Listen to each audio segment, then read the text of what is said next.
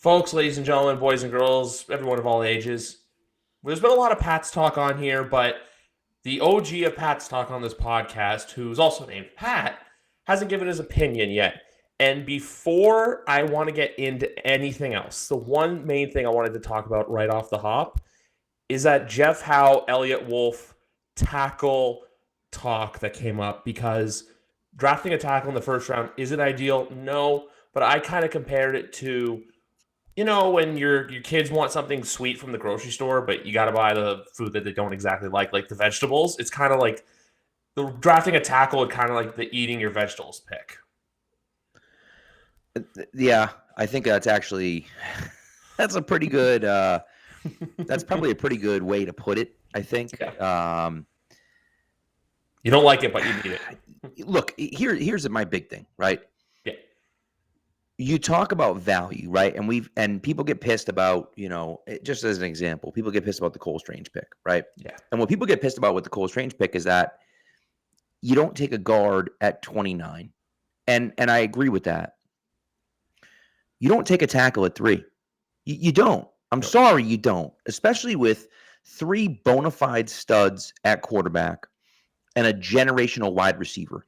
You don't take a tackle at number 3 overall. And there, by the way, there were some pass rushers in there that I bet by the time the combine rolls around, we're going to be getting top 10 vibes from some of those guys as well. Yeah. Of course, the wide receivers you hear about, the quarterbacks you hear about. You don't hear about the edge rushers quite as much leading up to the draft. Of course, outside of Will Anderson last year, whatever. But Dallas Turner is a great example. Dallas Turner is a guy that could sneak into the top 5. He could. Now he may not. But he could, because those guys are super valuable. I'm not saying left tackle is not a super valuable position. It is. But you have Joe Walt and Olu Fashanu. Yep. Those guys are awesome. They're awesome. They could start at left tackle for you for the next 10 years. But you don't draft them at 3. You don't do that, not in a year like this. Now, if it's a year where, there's no real super talent there, okay, fine. Joe Thomas gets drafted number 3 overall. There's not a ton of talent on the board, right? Jamarcus Russell, I think, went number 1 that year. But, realistically, as far as quarterback talent, yeah, there wasn't much there, right? And so, but you don't draft a guy at 3 you can get at 8. That's stupid. That's just bad drafting. And so, as much as I want them to go quarterback or wide receiver is what I want them to do. But, hey, they need a left tackle. Trent Brown ain't coming back. Right. And even if he does, I don't know if I want him as my starting left tackle. So they need a left tackle. If you can get an elite left tackle, that helps you. But again, I'm not, taking that guy with number 3. Yeah, that's my thinking on it. It's like when I said the whole vegetables thing, I meant it's a thing they need, but it would be an ugly need. If they wanted this, because right now, I don't know if you saw who Washington's hiring as their offensive coordinator, that they're bringing in Cliff, which that's going to cause a whole schism now to where do you remember 2017 when San Francisco fleeced Chicago to swap 2 and 3? Yeah. That very well could happen if Washington gets too aggressive and they're like, we got to go get Caleb because, now that they have Cliff, signs are going to be starting pointing to being like, hey, we got to go up and get Caleb, because that can cause a schism then to where if the Bears are like, hey, we can move back from Caleb, keep Fields, get Marvin Harrison Jr., which then that opens the floodgates because then the Patriots would have the run-of-the-mill pick, to which then even it could cause another schism of, it's just like a downward effect spiral to then where, say, if an Atlanta or a Vegas can creep down and then say, hey, we're going to give you this plus our a first next year, kind of like what Houston and Arizona did for when Houston wanted to go out and get Will Anderson. So if they wanted to do something like that, to where now you look at a team like Arizona, who's at 4, also has a Houston's pick, New England can set themselves up well, because when I look at the Pats overall for 2024, I'm not going to be on here saying fringe playoff team, wild card hunt. I see them kind of like what the Bears did this past year, where there's some growing pains out the gate. They get their shit together, but by the time they get it together, it's too little too late. But then we kind of have that 2025 optimism ahead for us. So it's a very fun time to be a football fan. And for as sad it is, there's only 1 game left. This is the time of year where you start doing the whole what can happen or what could happen, or very well react to the left field curveballs that might come in. Yeah, look, you know, there's a whole bunch of things that could happen, right? And Yeah. I think that the hiring of Cliff is interesting because Yep. that's where you look at it and say, "Hmm, is that a Caleb Williams move?" And look, it might be that Chicago likes Drake May better. And I'm not saying that that's the case, but they might. They might like Jaden Daniels better. Yeah. Oh, I don't know. After what happened with Fields, I don't know if Jaden Daniels is the guy, but nevertheless, they might say we're going to stick it out with Fields for another year, right? Yep. And so, and if that's the case, then sure, we'll give you one for number two and your second round pick and a third round pick next year or something like that. Yeah. Because the thing is that the real thing, moving from 2 to 3 is one thing. Getting to 1 is a whole new ball game. It's a whole new ball game. Even if you're coming from 2, it's going to be something close to a first round pick next year to get up to 2. It doesn't matter where you are. It makes no difference because that's the way it works. And so, I do think that it's going to take a lot to get up there. But if that's what they want, they can do it. And the Bears can look at it and say, okay, we're going to take more guys. We're going to keep rolling these things over. And, oh, by the way, we have another top 10 pick this year. So, we can take Marvin Harrison Jr. at 2, or we could take Drake May at 2, or we could take Marvin Harrison at 2 and then trade back at 9 and, take Michael Penix at 15 or whatever, right? So there's a lot of options. And I don't know where their heads at. And obviously the draft starts with Chicago, but like Chicago's got they have a lot of decisions to make, right? This isn't like when Trevor Lawrence came out and everyone in the world knew that Jackson was taking Trevor Lawrence. Everyone knew it. Now the draft starts at 2. The draft doesn't start at 2. It starts at 1 this year. And so that's going to be interesting to see what they decide to do. Of course, they've been tight-lipped about it, as they should. But I think that's – and then the dominoes kind of fall for the Patriots, where it's like, okay, if Caleb goes 1 and Harrison goes 2, now you're like, well, we're not taking a wide receiver at 3. We're not taking, if they don't love May, they're not taking a quarterback at 3. And so does that limit the people that want to trade up, right? I don't know, but that might limit the people that want to move up too. So it is kind of fascinating to look at. Look, if it's me personally, if I'm the Patriots, I'm either all in on a quarterback or, in my last mock, I had them moving up to 1 to take Caleb Williams. But I know there's a lot of pushback. It's so funny. Caleb Williams is one of those interesting guys that, like, on the field, Yep. you don't see a lot of criticism about him. The guy can make plays. He's incredible throwing the ball. He's incredible. He does things that Mahomes does, right? That really kind of only Mahomes does. But off the field is where you get the things. Oh, he paints his nails and he was crying to his mom and, he's not the leader and blah, blah, blah, blah, blah, right? And then the backup quarterback scores a rushing touchdown in the bowl game. He's like, no, we're a team, implying that like Caleb's not there. It just seems kind of silly, right? And so maybe that's the case and maybe he's not as good as people think he is. But my goodness, he's got all that talent, and that's what wins in the NFL right now. Here's the thing, talent like that doesn't come around all this often, so that's why I feel like, and if you're the Bears, I don't know if you trade Fields, because I feel like if you try to trade Justin Fields before the draft, it kind of gives the sign off right away of what's going on. I think if you want to trade him, do the Friday before day 2 begins at like middle afternoon, find that team, trade, and then maybe you can get day 2 compensation. Because I know some people were saying you could get day 1 compensation for him, but I highly doubt that unless you find a stupid team that's in win now mode, like the like fake win now mode, kind of like what in Atlanta could be. You could try to do that. I also say that just because put in the air of the kid going back home. We always do that in sports. Yeah, but this whole draft is going to be very interesting just because of the dominoes that are going to fall. And like you said, it's not like, oh, hey, we know the first 3 are locked. Like, we don't know, like, Jaden Daniels could really surprise. Because here's the thing. For as good as college resume is, all these NFL people aren't going to look at stuff until what they see in the combine, what they see on interviews, and then what they see on pro day. So when you get those kind of mixtures going in, that's where we're going to find out really what's going to happen with this whole thing. And we still have 2.5 months to, figure everything out. It's crazy. It's just crazy. It's the never ending. It's so funny because I'm looking at it and, so Matt and I, my co-host Matt St. Jean and I are going back and forth on Pat's Pulpit every 2 weeks. every 2 Mondays, every second Monday, whatever, every other week on Monday, we're releasing a mock draft. So Yeah. I released my first mock last week. He did his 2 weeks before that. So this week we have no mock coming out. So next week, the Monday after the Super Bowl, he'll have his second mock out, and we'll do that until April, and then we'll do one every week. But I'm sitting there and I'm like, I'm ready to write another mock draft right now. And I'm like, I got like 3 weeks to like write another mock draft. I'm like, God dang, that's so long away. That's so far away. And then I'm like, well, wait a second. It's like February 4th. Like, it makes sense that it's that far away, right? So it's the 5th now. Or it's the 4th, right? Yeah. So, but it's like, it's one of those things where like I'm looking at it sitting there saying like, I'm ready to go already. The Super Bowl hasn't even happened yet. So, those are the types of things for me that I'm like, all right, I get it, but I'm ready to go right this second. And that's a lot of Patriots fans forget that, like, we have free agency coming, which could change. And that's one of the things is that you get kind of that outlook as to what people are going to be looking at, right? We think the Patriots might take a quarterback at 3. Well, if they sign Kirk Cousins, that's not going to happen, obviously, right?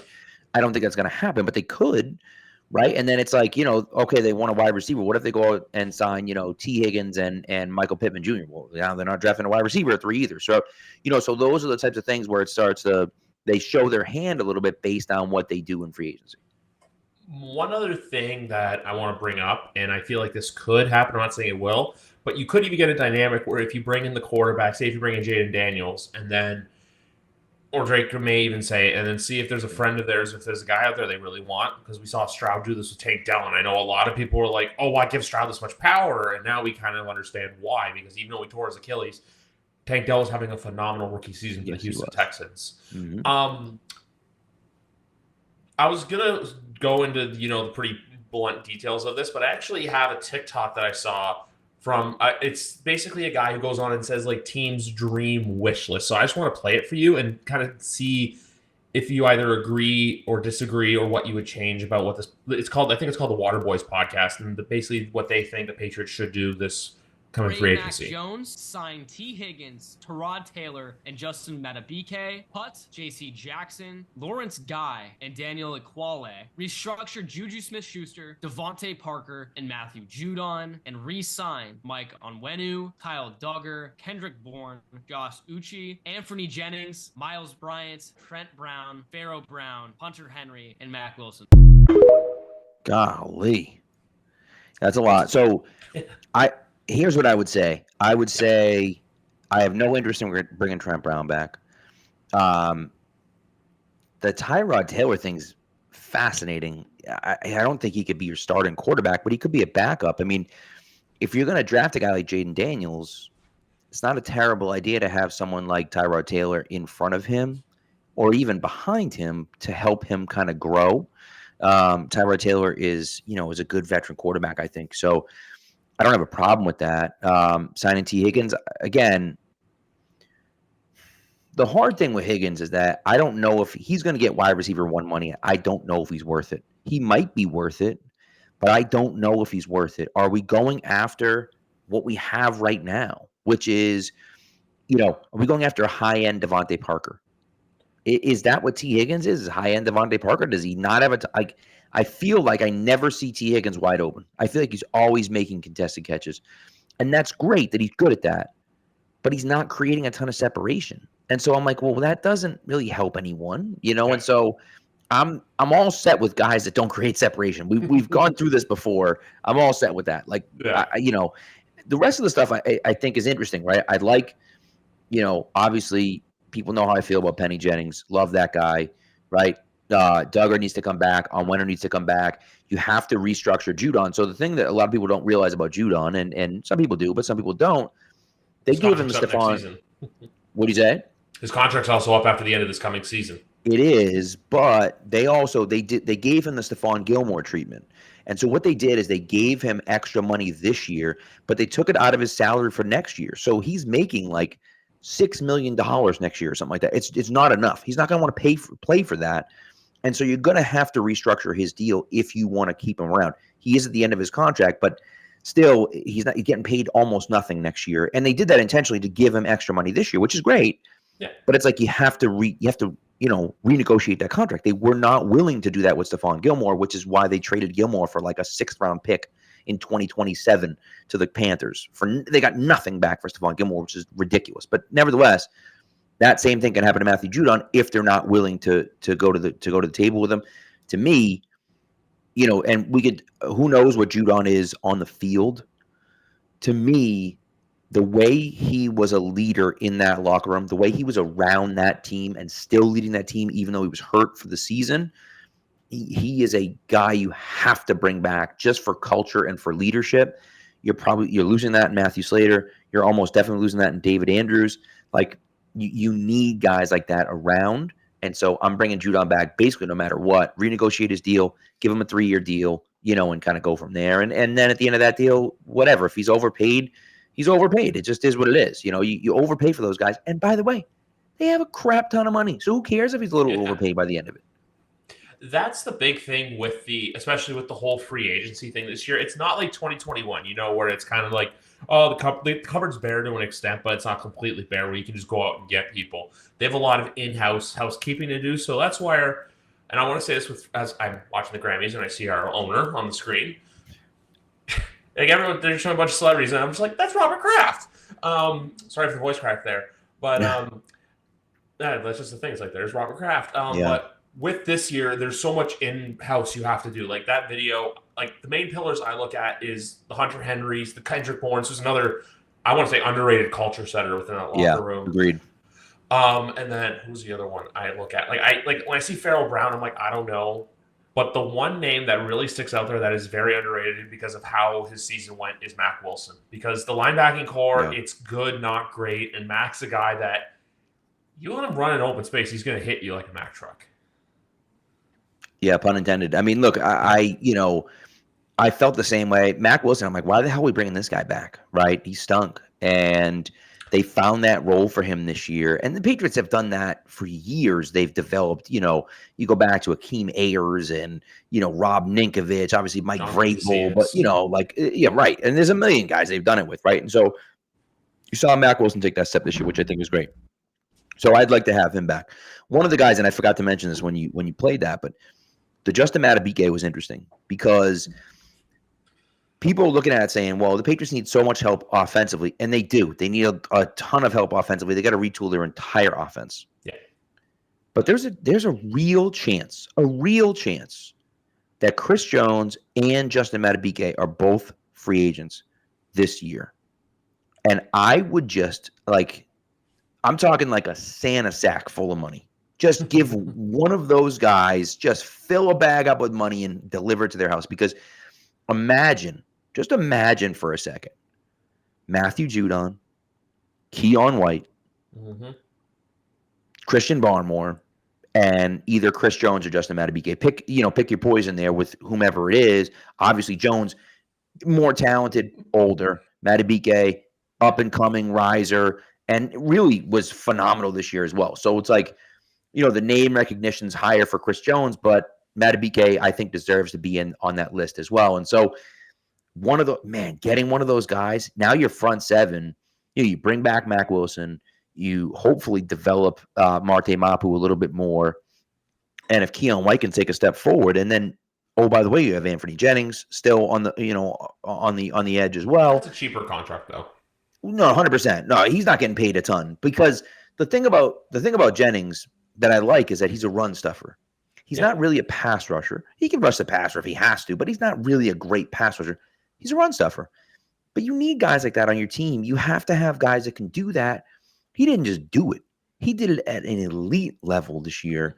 And he missed 2 games, and he was like 6th in the NFL in tackles for loss. So it's an impressive year, really just stopping the run, but he's not going to get paid a ton because the guys that get paid are guys that can rush the passer, right? And so, especially the edge guys, that get paid. So, I just think that defensive front would be formidable. And then you go into the draft saying, we have a ton of flexibility. Sure, we have a needed corner that you're going to have to address at some point. We don't need necessarily a number 1 guy, but you want to get something then. Okay? And so, but I think for me, I look at it and think, okay, you do that. you build the front seven, and now you can focus basically all on the offense in your draft. And if a guy falls to you that you're in love with, great, you can draft him if you want to, but you don't have to focus on the defense at all, and you can just focus on the offense and getting elite level talent on the offensive side of the football and look at it and say, we're going to have a top 10 defense in the league. All we got to do, and this is why, Matt and I had the Patriots winning 11 games this year. Matt had to get him winning 10. Because I thought, if they could get they obviously won 4. It was a little far off. But, my thing was that if they can get to a top 15, if they could be offense number 15, they'd win 10 or 11 games. And it showed out that way. If they could have been offense number 15, I think if they were offense number 20, that they probably would have been close to 10 wins. And they just couldn't get anything going offensively. And so if you can continue to build that defense, there's been a ton of continuity over there. And so I'm hoping that it will be similar. I don't think it'll be as good, but I'm hoping it'll be similar to what it was last year. You could, not that they're going to make the playoffs or anything like that, but you could make some noise next year with a mediocre offense. Play spoiler down the road, be that like 7 to 8 win team. And I know a lot of people say that now to where it's like, oh, look at how far Patriot fans have come. And we're like, yeah, we know once Tom left and now that Bill's gone, which we're going to get to. It's this matter of just not basically being that sense of like NFL relevancy to where it's like, yeah, we now get what everyone else was feeling for all those years we were on top. And obviously now there's a new team on top, which again, that's what it's going to end the show. But it's just be realistic. Like as long as they have a team that can give me hope every Sunday that they're in the game or they can win, that's what I've kind of been asking for ever since the 2020 season. It's just one of those things where you want to go out there and kind of see it. One other point I want to make on Mac Wilson, though, quickly before we pivot, is a few weeks ago, myself, McGarvin, were talking, and we also had New England reporter Sophie Weller from A to Z Sports on, who, by the way, will be on with me tomorrow night. And her thing was that the new coaching hire, she's a fantastic reporter. She was basically telling us how Trent Brown and Mac Wilson have been two of the bigger social media candidates for promoting Mayo. So I feel like they're the kind of guys to where they see the coach that they want to play for and they'll take the discount. Now with Trent Brown, like I said, I think it's a coin flip to whether he stays or goes. I think it just depends on how much he'd want to stay for. But if there's another team that throws a sack of money at him for reasons beknownst to me, then I think he's out the door. That's just the point I wanted to make about that. I agree with you on that. That makes sense. Yeah. Yeah. By the way, speaking of the Grammys, did you see T Swift? I did. I saw her win, and as I also saw a new album coming out in April, because after her flight schedule, like for the next few weeks, again they keep showing like Robert Kraft like right behind Beyonce. This man is everywhere. Yeah. I'm pretty sure he's at their table, he might be. It wouldn't surprise me. He's buddies with all those, Meek Mill and those people. And so he's gotten close with a lot of the rappers. And so it wouldn't surprise me if he was sitting with Jay-Z. It's like one of those things with the rappers. It's like the Sesame Street song, one of these things just doesn't belong here. It's the old man in the corner. Speaking of old man, obviously today the Boston Globe, Bill Belichick took out a full-page ad to thank the fans. Mm-hmm. Some people have asked me about it because, like, not the ads, but just everything in general. It's where some people look at it as a sense of, oh, but why would you let him go? Or, oh, all this stuff. Where I feel like people outside the organization look at it from both standpoints, where it was like all season long, oh, he's terrible, he's this. But then when you let him go, it says, why'd you let him go? But at the end of the day, we knew it's what was best for the organization. I remember as soon as I woke up on that Thursday and I saw that joint press conference thing, clicked in my mind immediately. I was just like, well, here we go. Yeah. And what they did was, look, you interviewed the man that's behind the documentary we get to see in less than 2 weeks. Yeah. And I'm going to say this right now before I let you talk. I'm going to urge and I've read, because I say this too because I've read the book. Yeah.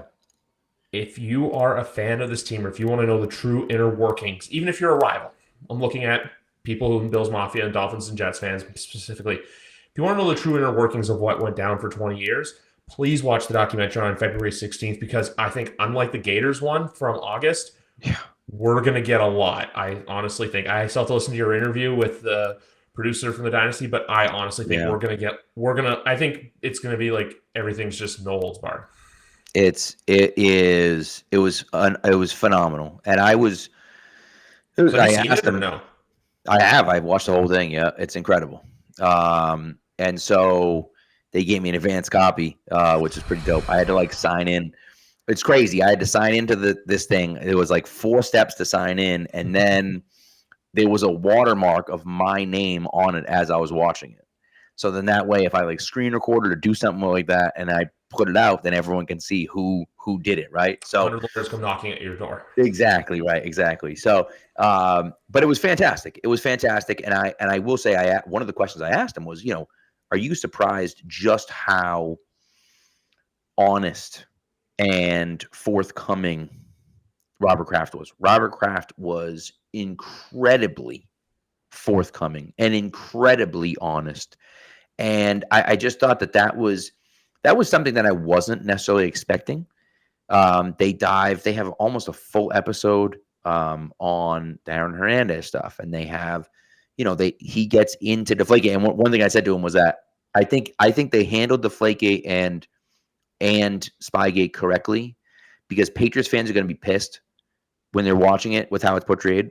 But then non-Patriots fans are also going to be pissed about how it was portrayed. So it's like he found that perfect balance of like, yeah, we want to talk about it, but like, let's be serious here. Like, this is really what it was. It's not, so it's just, it's really interesting. And so it was incredibly well done. But you do get a chance to really see kind of the back. Here's what happened for 25 years or whatever, and it really, it's interesting, and they make a lot of parallels that, put it this way, there's a lot of things that I learned that I didn't know, and there's a lot of connections that were made that I was like, oh, I guess I hadn't really thought about that before, and I guess that makes sense, that would have changed his opinion on this or whatever. So it is well worth your time. If you're not paying the $6 a month or whatever it is for Apple Plus, do it. And then, even, so I think what they're doing is they're doing it over 5 weeks. They're doing like 2 episodes a week for 5 weeks. But wait until week 2 or 3, and then they usually will give you like a month free trial or something like that, or even a 2-week free trial. And then, and you can just binge it all at one time. So, but it is well worth your time. And like I say, I learned, I've been following the Patriots forever. I've had season tickets since the year 2000, which is when it starts. And I learned things that I didn't know either. So, yeah. So it's well worth your time. And I think that's really, for me, like, it's the inner workings, like you said, that really kind of set it apart from other things. Okay, so there's 3 things I'm glad about there. 1, that you didn't spoil anything, that we kind of know, like, the obvious things of what they would go into. 2, a little disappointed on the fact that it's not all released at once. I thought for sure it'd be like a 10-episode binge, and I was fully prepared to do that. Actually, fun fact, Pat's one of the only podcast people to met my fiance, so to binge it with her and I, because I fully had that planned for February 16th, and it's pretty much just kind of that like sense of going into now where I know I feel like I'm gonna be happy about it. Yeah. But also, too, guys, here on the podcast, we are going to be kind of doing. I have something in the works right now where we'll kind of break down episode by episode, like once they come out. But now that I know, hey, it's over here, we don't have to do it all at once. So it's going to be exciting. Yeah. But anyway, we didn't talk about it too much, but the just a quick little stint. I want to, because we have a lot to talk about still. Yeah. Bill Belichick.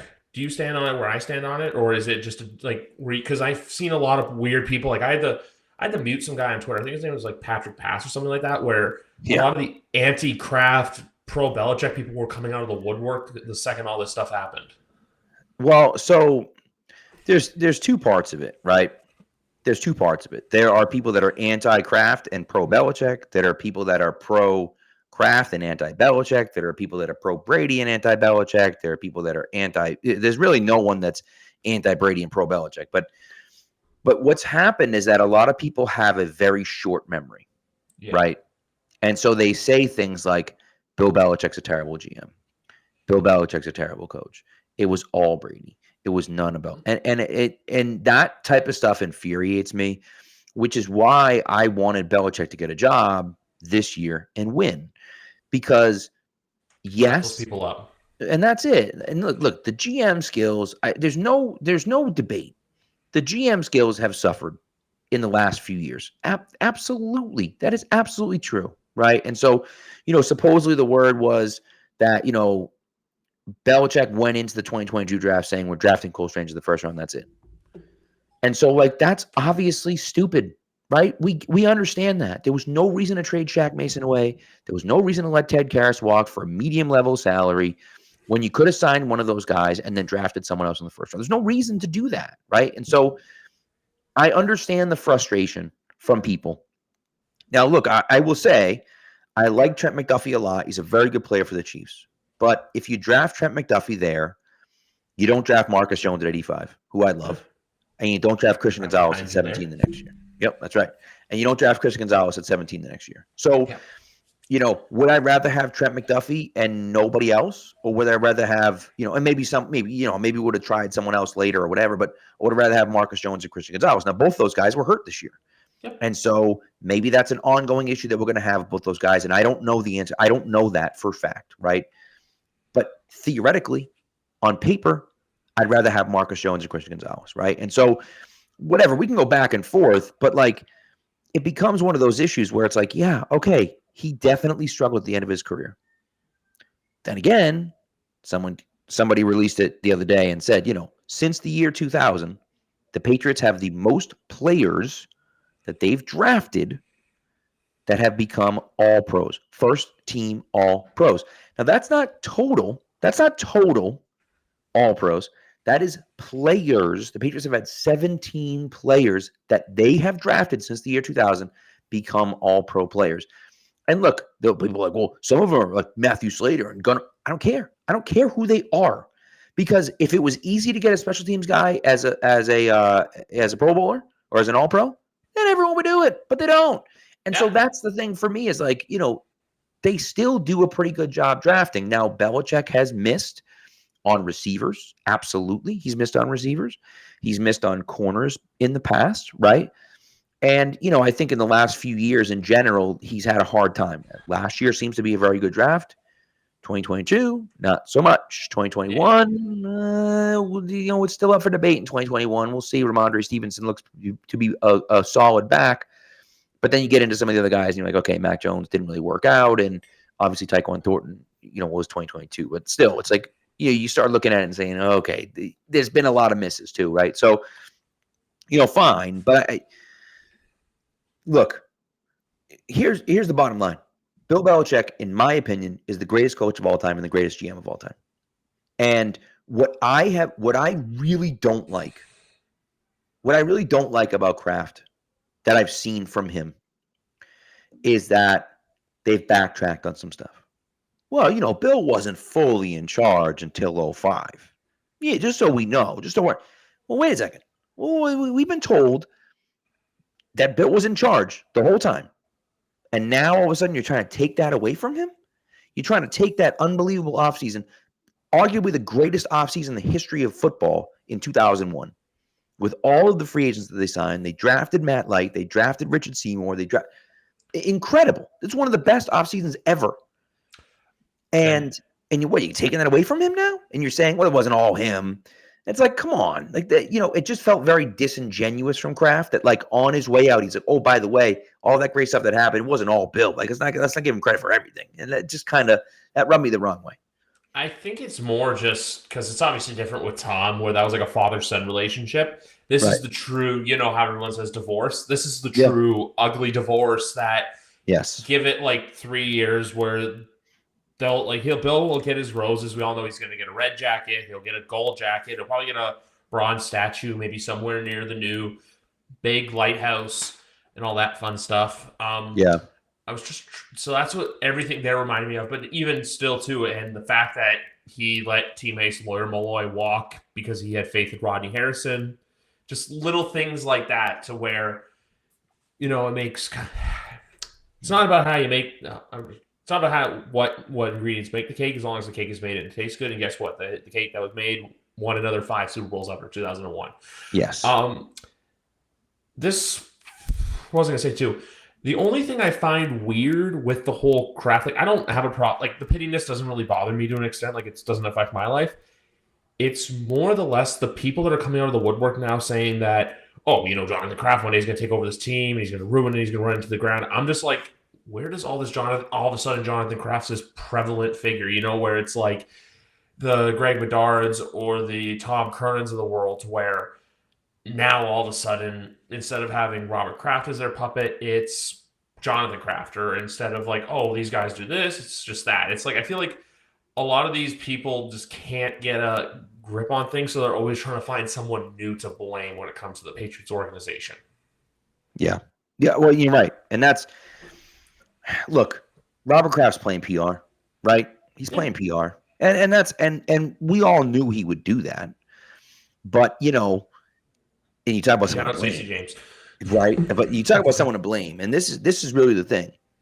Kraft's hid behind Belichick this whole time, right? He's always said the checkbooks are open. Yeah. The checkbooks are open for Robert Kraft, for Bill Belichick. I'm sorry, checkbooks are open, so he can spend whatever he wants to spend. Well, now we're going to really get to know. We're really going to find out who controls, who makes that final decision. Did Bill Belichick want to spend more money on guys and couldn't because of Robert Kraft? Did he have to? Did he have to kind of, because everyone always gave them crap for the way that things were written and the way that incentives were given? And so, was that Belichick playing with numbers because he needed to get under a certain threshold for Robert Kraft? We don't know the answer to that question. We're going to find out in the next few years. He can't hide behind Belichick anymore. He can't scapegoat Belichick for that. So those are the things for me where it's like, okay, that's okay. That's fine. But there's a reason that Belichick has done that forever. You have not unlimited money, obviously, but you have a lot of money in the NFL. You can pretty much spend on it whatever you want to spend it on. There's a reason that he, has manipulated it and gone with lower end guys. There was a reason for that. And the reason is because they don't want to spend the money. They don't. And Robert Kraft can blame Belichick and say he didn't want to spend the money. But again, now Belichick's gone. He can't hide behind him. So that's kind of where I stand, and I'm excited to kind of see where that goes from there.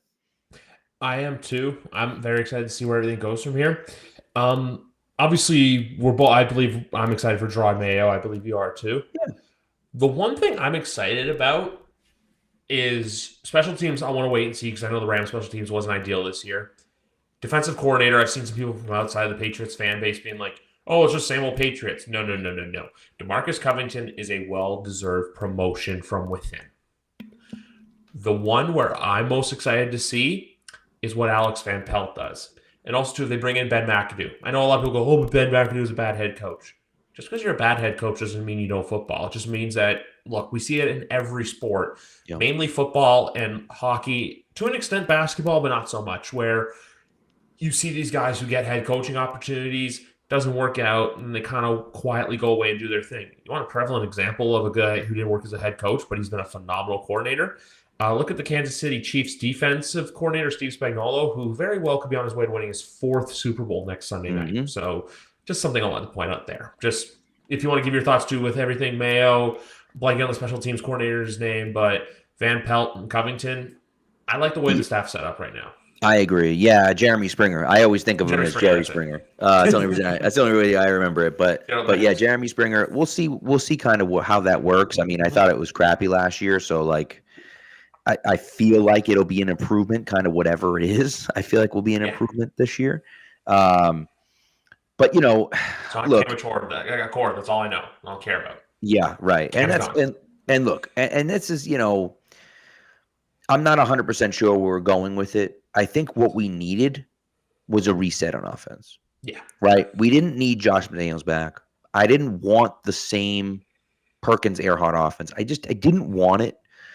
And part of the reason is that you're playing, in my opinion, you're playing on max hard level, right? You're playing on all Madden level when you could be playing on pro, and it's just fine, right? And I think you're asking the receivers to know everything, and you don't need the receivers to know everything. And so, look, I think that we'll see how Alex Van Pelt does. He's never really called plays before. And so people are like, oh, Zach Robinson never really called plays before. I mean, all these guys that we wanted, Nick Cayley's never called plays before. So all these guys that we're like, oh, they've never called plays before either. So it's not as though we're getting, the options were, someone that's going to be different and an experienced play caller, there was no guys like that available, right? And so Van Pelt's a little bit older than some of the guys that you had an opportunity at, but he's never really had this chance to be the guy as the offensive coordinator calling plays. He's offensive coordinator in Cleveland, but he wasn't calling plays. And so now he has the opportunity to do both, right? And I think it's a good opportunity for him. You bring McAdoo in as kind of an offensive consultant, which, again, Ben McAdoo's not a sexy name. He's not a guy that I'm super excited about, but he's a good coach. And I think that if he's just sticking to the offensive side of the football and he's not even your offensive coordinator, he's just kind of there to help, I think that's not a bad thing, right? And so you get a guy that has experience as being an offensive coordinator. Sure, you get a guy with head coaching experience as well that can help out with your OC, and I think that there's nothing wrong with that. And again, like I said, you needed a full reset. A full reset you needed, and that's what they got. Defensively, you didn't want a full reset, right? You wanted to kind of keep the status quo, and I think it makes sense to promote DeMarcus Covington. He's a guy that a lot of people like. He's well respected. He was, I think, the head coach of one of the Senior Bowl teams last year, right? So, he's a guy that is respected in the league. He's an up-and-coming guy. Maybe he's your DC for a few years, and then next thing you know, he's a head coach somewhere else, and you're getting a third-round pick because it becomes a head coach somewhere else. I think that would be great. And if he does a good job as defensive coordinator, I wouldn't be surprised if that was in his future. But again, it's culture, guys. And I think that's one of the reasons they loved Van Pelt is because everything you hear about Van Pelt is culture. You hear that word all the time related to him. And that's what Mayo's trying to build is that culture, is that, rapport with the players. And that's Covington was huge on that. And Van Pelt from the sounds of it is huge on that as well. And I think that's, if that's the only thing we get out of this year, then it is what it is. And look, if we win 4 games again next year, which I don't think they will, no. But if you win 4 games again next year, so be it. But if you start to see your young players playing better, if you get a young quarterback and he starts to progress as the year goes along, if you get, hopefully you get a young wide receiver or two and they progress, those are the things you're looking for, right? And so, and look, will all the hires be a slam dunk? Probably not, but you never know. And at the very least, I like that they're doing something different, right? Alex Van Pelt was a guy that came out of nowhere. Nobody expected him. He wasn't a hot commodity. He might be a good offensive coordinator. We just don't know that yet. And so I like the fact that they went with guys that they're confident with. And, we'll just see how the pieces land from there. The way I also look at too with everything, especially in division right now, is the division's in a very peculiar spot. We don't know what the Jets are going to be. And the Dolphins and the Bills, unless something changes, they're very status quo at the moment to where it's like you're going to be good in the regular season. But look, I would rather be in our position than where Buffalo is right now. And I know everyone's going to go, oh, but the Bills are this and this. Yeah, but the Bills have a wide receiver one who doesn't show up when the lights shine brightest. And for 3 years in a row, you've got knocked down in the divisional round twice to Kansas City. So with a team like New England, it's kind of like possibilities are endless. I was thinking about the wide receiver thing because there's 2 names in free agency. Obviously, T. Higgins is like a thing there, but like if we don't get him, it's not going to be the end of the world. 2 names. There's 2 names I want to give you. One name because I really like the guy, and that's Michael Pittman Jr. Another one is a name. It's not sexy. It's not flashy. He had a really bad moment towards the end of the season this year. Darnell Mooney, just to come in to kind of be what we thought Tyquan was going to be. You put him in the X, you put him in that like route runner position to where he's not always going to be flashy, but he's a guy that, hey, he's a little bit cheaper, but he can be effective when you need him to be. Yeah, I don't hate the idea of Mooney if he's like far down your depth chart. I freaking love Michael Pittman. I've loved that man for multiple years. Favorite receiver. He's fantastic. He's so much fun. Yeah. And he's a really good player. And so I think the Colts would be stupid to let him walk. You have a second-year quarterback. You need to keep that guy.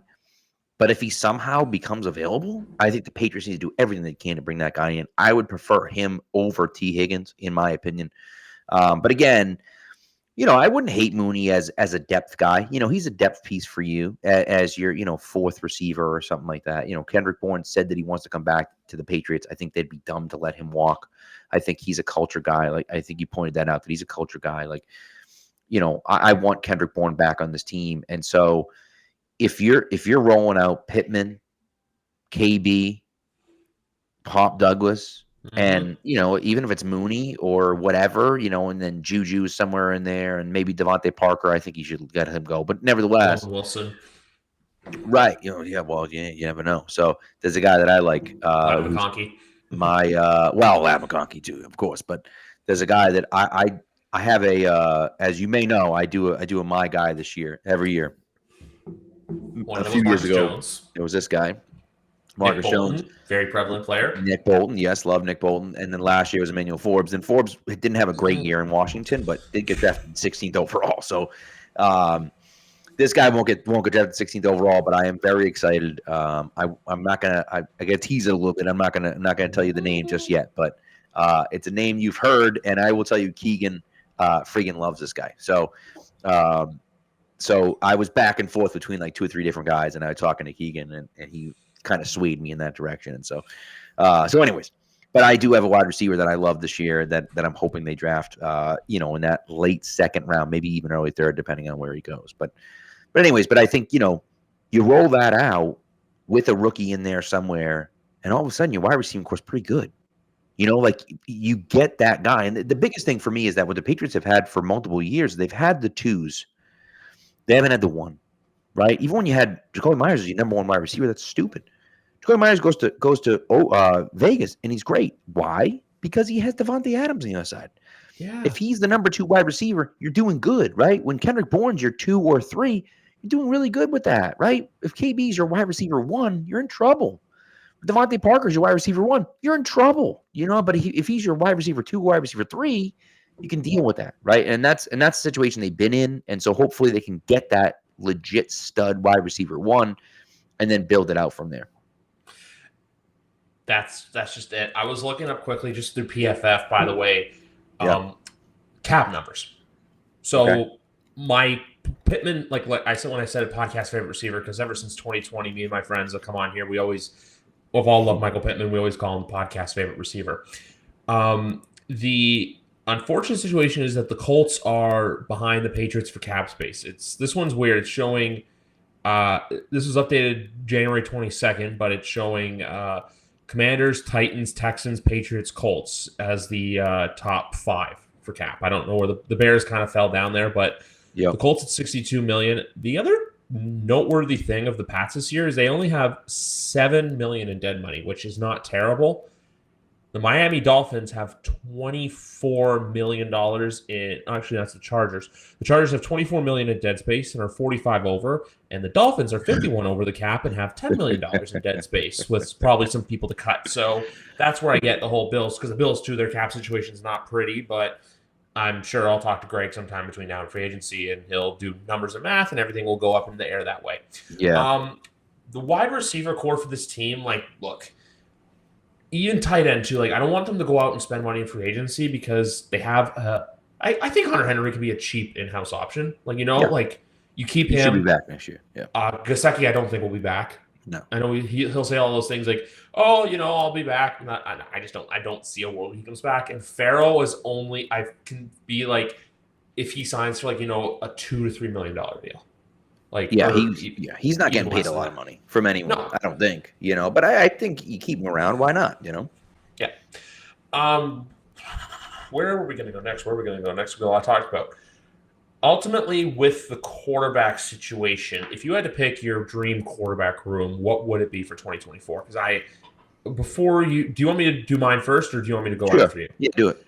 My ideal one is a rookie you draft. One of the 2 former members of the Wolf Pack, and now everyone's going, "Oh, you're crazy." Both guys are going to come back on veteran minimum deals. You can get both on cheap deals.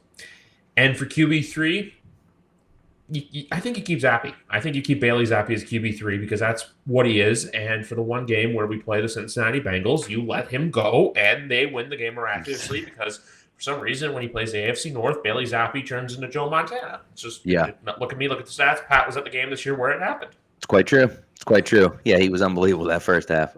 Looked terrible in the second half, but he had done enough in the first half that it didn't matter. Yeah, Jacoby Brissett's on my list, 100%. I want Jacoby back. I think he's a great wide receiver, great QB2. I think he's a leader. The guys love him. He's a guy you want around. And so to me, Jacoby Brissett's back. I hope at least. And Van Pelt's worked with him before, and so it makes sense that he would come back. And so I love Brissett. I love the idea of drafting a guy. And look, if that guy doesn't come at 3, maybe it's Michael Penix in the second round. Maybe it's Michael Penix at the end of the first round. Maybe it's Spencer Rattler in the third round. You know what I mean? Like, so give me a guy. Maybe it's Joe Milton in the 4th or 5th round. I don't love Joe Milton. Have a good Senior Bowl. No, you know what's funny is about Joe Milton is that he practices really well. He's really good in practice.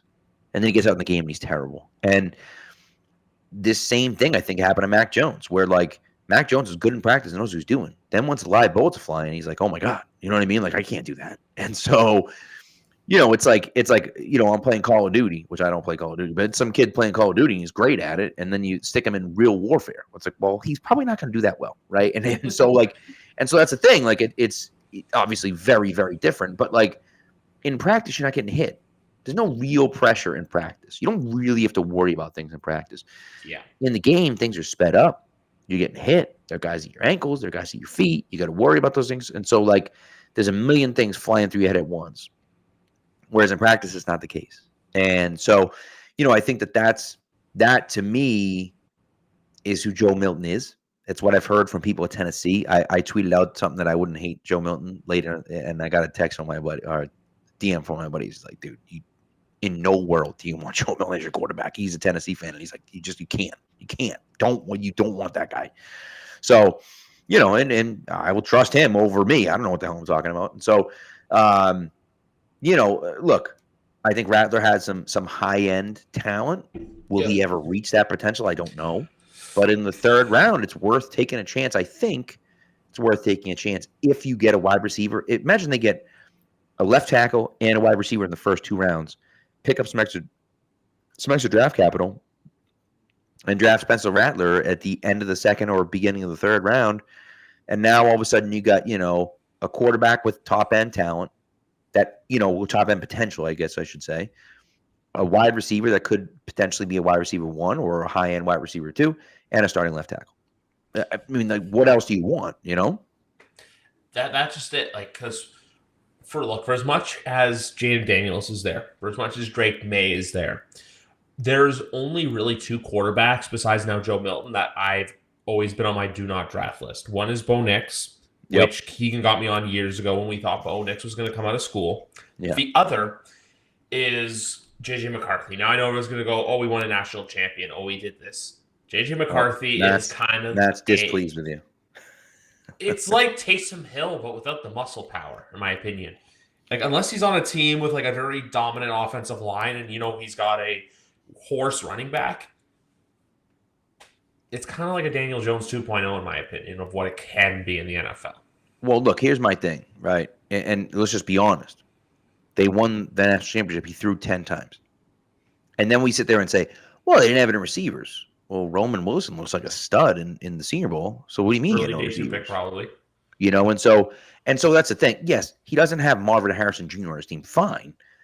But he's got decent enough players, right, that he can throw the ball a little bit. I mean, USC's got just as good wide receivers as Michigan did, right? Like, I mean, so that's I look at it and just say, like, all right, like, I get it, but it's not like he has a bunch of bums playing with him, So, I just a guy that you don't trust to throw the ball.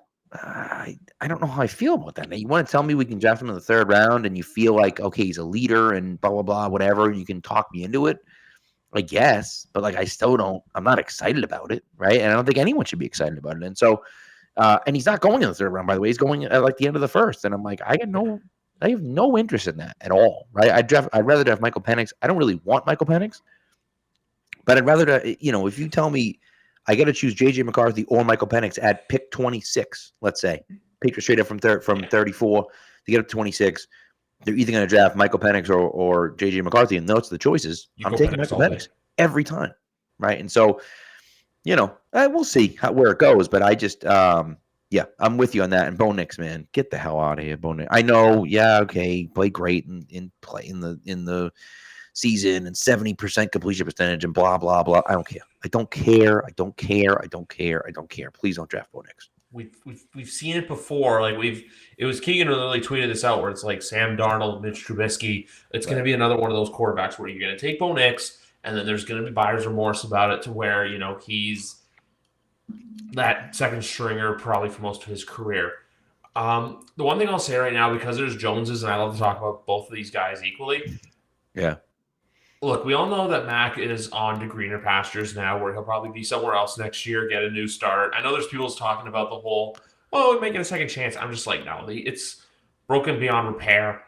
But I'd rather be in our situation because Knicks and the Giants, for some reason, there's been a name that's been coming up, and I'd rather have a situation with the Patriots where you need a quarterback. With the Giants, you need a quarterback, but you paid the quarterback you need to get rid of so much money to where getting a quarterback just creates more dysfunction than what's already there. So if you're a team like the Giants, that's where a Joe Alt, I keep forgetting his name for Penn State just because I don't want to Fashanu, or Malik Neighbors fits the bill for them. But that's not. Yeah. This isn't the Giants podcast. This is mainly the Patriots podcast. But I'm with you though. I agree with you on that. And the Giants made the mistake of paying Daniel Jones when he made the playoffs. So it didn't make any sense to do that. And so they did. They gave him this massive contract, and they're regretting it. Yeah. There's two players that are going to be available because there's two players available day 2, day 3 that I'm really eyeing at the moment, and one has been Jalen McMillan from Washington, the wide receiver. Okay. Yep. The other one's come up on my radar because of the Senior Bowl, but Max Melton from Rutgers, the safety, because Patriots and Rutgers, there's a pretty good connection there. You can kind of dot the I's and cross the T's on that one. So it's players like that, or even to like the Lad McConkey. That's the luxury pick. Like, we'd love to have him, but I don't think we'll get him. And then the other one is the tight end from Kansas State. Yes, Ben Sinnott. Ben Sinnott. That's it. He was in my mock draft last week. Ooh, because he'll be there on day 3, and we've seen and I just don't want people say if they draft him, everyone's gonna go, oh, they got Sam Laporta, and I'm like, look, they kind of get Sam Laporta is kind of like getting lightning in a bottle. This is more like a Dawson Knox to where your rookie year they're not going to see much, but second year, if quarterback and him are clicking, it's going to be that, hey, we got something here. Or kind of like even what we saw with Dalton Kincaid, where there's the baby steps of you can develop this player in the right direction. He's going to be a great asset for you for years to come. Yeah. No, and that's I like Sinnott a lot. He kind of is that. He's different. He's a different kind of guy than those guys. But he does definitely have some high-end traits, I think. Yep. You are banking a little bit just on the athleticism. You haven't seen a ton of it in college. You saw some of it in college, but not a ton of it in college. KC doesn't really use him like that. But I do like him quite a bit. Like I said, I had him in my latest mock draft, and I think he has the potential to develop into a guy like that. He's not going to be Sam Laporta year 1 making the Pro Bowl, right? But he has potential to develop into a guy like a George Kittle. Not as good as George Kittle, but a guy like that. He's a very good blocker, and he can go out and catch the ball. To me, those are the types of guys you want on your team because first year he can block. And then you say, okay, well, you're going to block, and then you're going to go and get some passes too, and then you kind of mix it up as you go. So I like Sinnott a lot. I think he's a really good target in that, early day 3 range, and see if you can build something there. One player I want to ask you about before we head out. If you're the Patriots, do you bring back Zeke or do you let him walk? Well, it's a good question. I mean, I wouldn't have a problem with Zeke coming back. I don't know if he's going to want to come back. He may want to go somewhere that he's got a legitimate chance to be on a good team with, fighting for a playoff spot in a championship and so on and so forth. But I think he was a great guy in the locker room. I liked Zeke a lot. I think he busted his ass this year. And he showed that he's got a little bit of juice left. And so I wouldn't be surprised if he got a decent contract from, a team that is competing for a championship. Right. And so I don't know if it'll be Buffalo, but like a place like Buffalo would be an interesting spot for him, where he can be kind of that number 2 guy to your, your number 1 running back. And you could say, okay, I feel good about what he can do in this type of offense, running the ball. And by the way, he really, really did a nice job catching the ball into the backfield too, which he's always been good at. But I think he showed that he's got some of those skills left. And so I think from the Patriots, I'd be interested in bringing him back at the right price. But I think for him, he probably wants to go somewhere where he has a legitimate chance to win something. All right, and one more I got for you before we ask the ultimate question. Top tight end free agent target if you had to pick one. There's not really a ton of good ones, are there? I mean, Hunter Henry, I think you want to bring back. Who else is even available? Is there anyone out there? Yeah, Dalton Schultz, maybe. I think Houston will pay him well, though. Yeah, who was it that I was shoot. There's someone else available, wasn't there? Isn't there someone else? Other than Dalton Schultz? I feel like there was another guy because I was like, oh, that guy would be fun here. And I forget who the hell it was, man. Google's gonna think I'm weird because I'm typing in top free, like 24 free agents. Okay, it's giving me a bunch of. Oh, there we go. Tight ends from PFF. Dalton Schultz, Hunter Henry's number 2. Yeah. Noah Fant, Gerald Everett. Yeah. Okay, this is not that good of a class out of Troutman, no, it isn't. Austin Hooper. Yeah, Trotman. Yeah.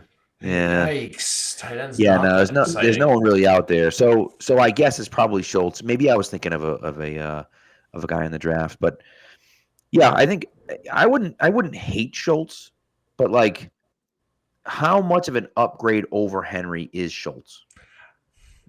With a good team, he is, but like we've seen it so far to where if he doesn't have a good quarterback behind him, he kind of goes away quietly. But if he has talent around him, like we saw this year with Stroud, he played great. Or the years when Dak was perfectly healthy, he played great as well. I'm just saying it just to put the Dalton Schultz vibes out into the universe. If for some reason they can't re-sign Hunter Henry, but like I said, I think he's one of those guys that he'll slowly become somewhat of a New England lifer. And I say somewhat just because obviously he didn't play his whole career. Of course, yeah. You know what? The thing about Hunter Henry is it's going to take more money to bring in Dalton Schultz than Hunter Henry. So it's going to be a situation where if that's the case, it's going to be a situation where, Henry just doesn't want to come back.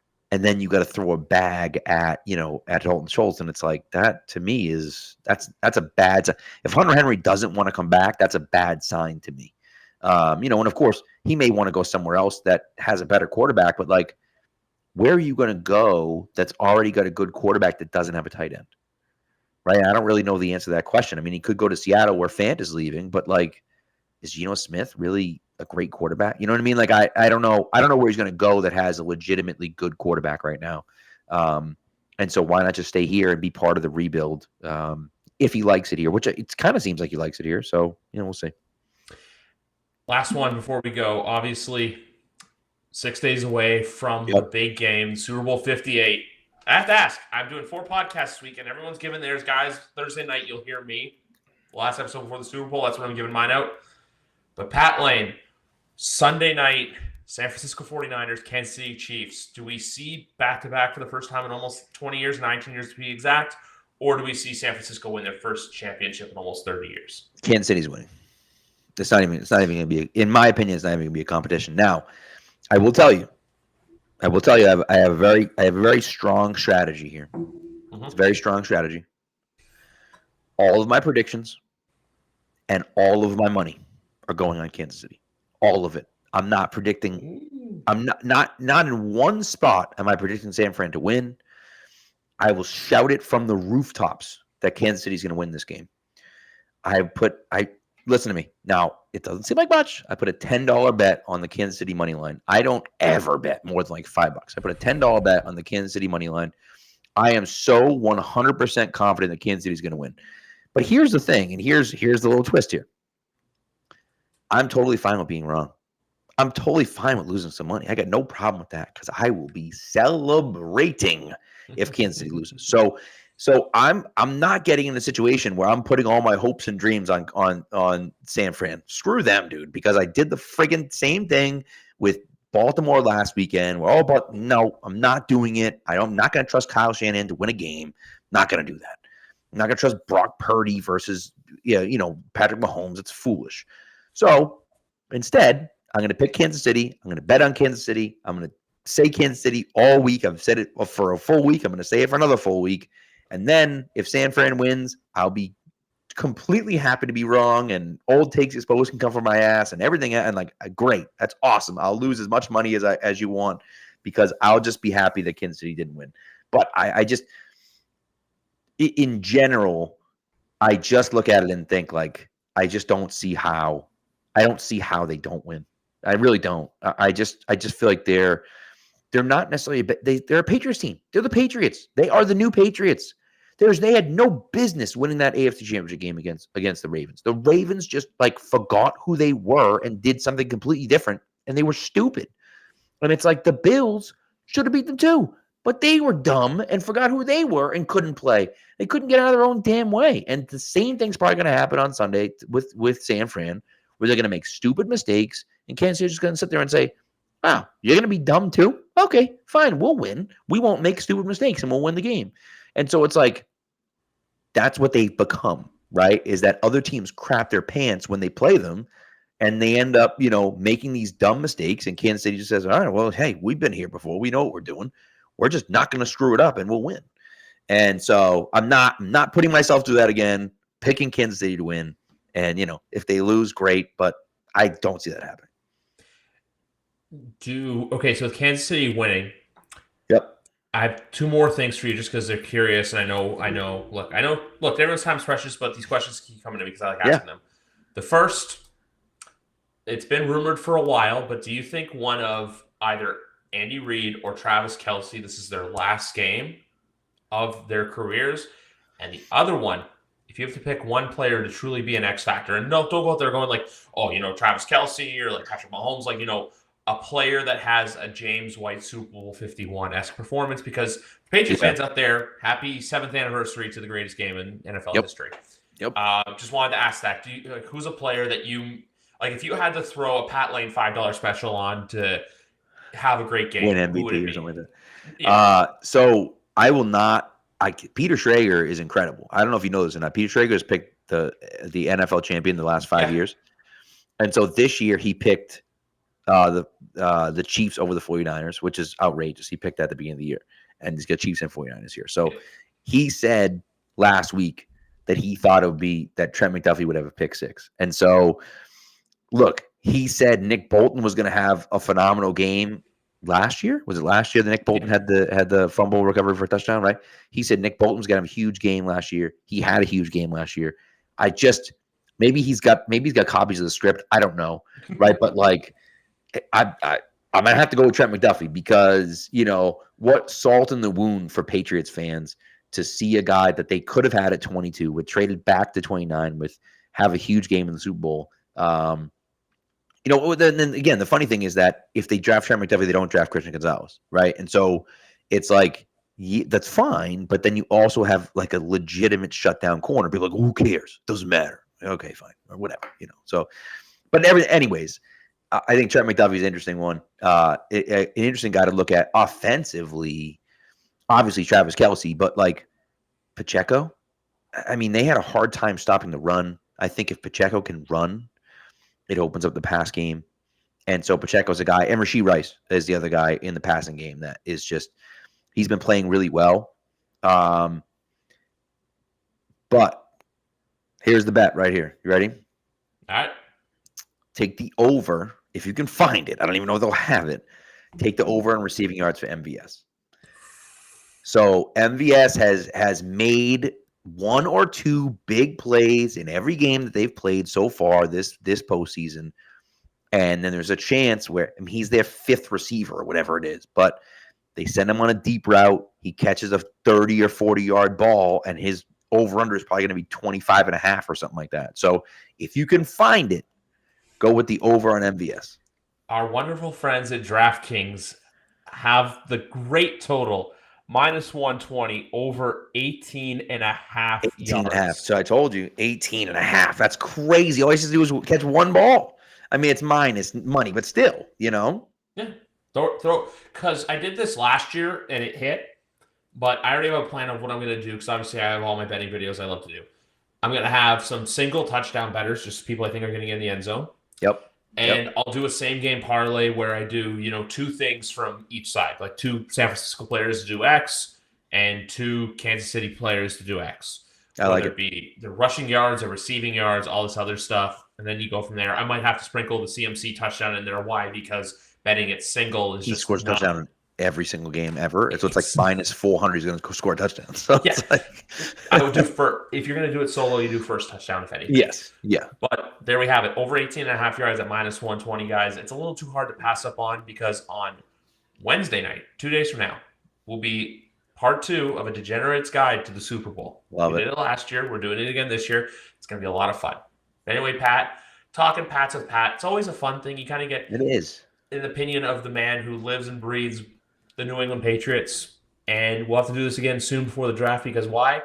Because the fun really starts after the Super Bowl gets awarded next Sunday, for as sad as that is because we're without football for 7 months. This is the way it goes. It used to be us. It used to be us every year in there, right? I got my Facebook memories that were popping up of, Super Bowl wins and, AFC championship games that I was at and all this other stuff. And unfortunately, that's not us anymore. Now we're watching like 30 other teams that were every year. And so, it just is what it is. And time is cyclical. Unfortunately, it comes for everyone. And so here we are on the downswing, but doesn't mean we can't swing back up someday. You never know. Exactly. Just hope and pray, and one day we'll be back on top. That's right. That's right. But anyway, for all you Swifties out there, join us tomorrow night when Sophie Weller and I give you a little bit of a Taylor Swift Super Bowl fix. But have a good night, and hope you enjoyed episode 278 here on YWC Football Talk. Have a good night.